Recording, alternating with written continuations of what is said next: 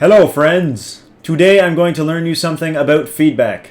I feel like I should talk about this because I've seen a lot of bickering on Twitter and Discord and everywhere else, but not a lot of constructive criticism to pair with it. So this video is going to be divided into two portions. How to give feedback, but also, very importantly, how to receive feedback. I don't see a lot of people talking about how to receive feedback, despite the fact it makes up for a very critical portion of how you build in the editor.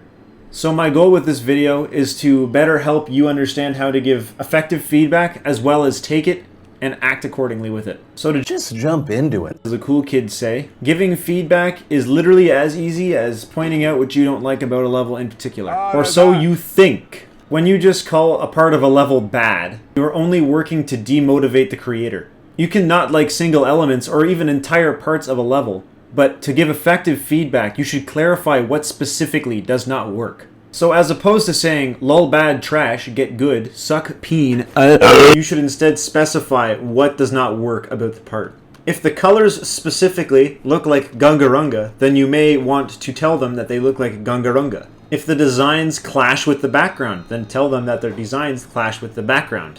Sometimes physically putting into words what is wrong with a part of a level can be difficult. In instances like these, try to work with the creator to figure out exactly what is going on. So you should say something under the guise of something looks wrong with the background, for example. And then from that point, the creator can do something about it. Maybe they choose to reduce the opacity, or maybe they choose to change the colors. Regardless, you'll see a change.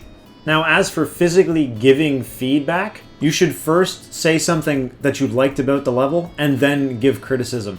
Even if you have the best of intentions with giving feedback, it doesn't mean anything if they receive it from a poor perspective. Not all parts of a level are ever going to be absolutely abhorrent, and so if you want to keep positive when giving feedback, lead with something you liked. Beyond giving feedback for things that are bad, you can give feedback for things that are good so that they know to repeat them.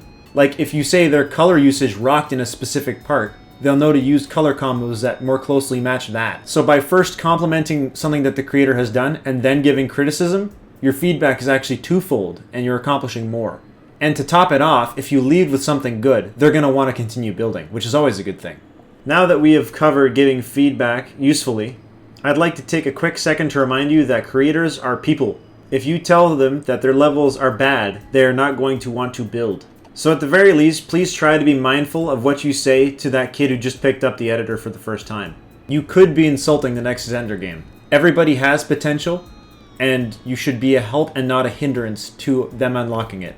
Now, as for receiving feedback, most of us do not like to be criticized, especially about our art and our works. But you can learn a lot from your fellow creator, and so taking feedback is a mighty splendid idea. You could learn about trigger usage or color usage or anything of the sort through just talking to somebody else about what they'd recommend you do in your level. But with that does not necessarily mean that you should take every single piece of feedback they give you. For example, if somebody says to uninstall System 32, throw your PC out a window, swan dive after it, and then get ambushed by a pack of bees, I wouldn't exactly take that criticism to heart. There are a few reasons that you should choose to not take feedback in instances. You can clearly tell when somebody's just angry and says that your designs suck and don't give any valid criticism as to what you should change. And in instances like these, you simply should not change anything.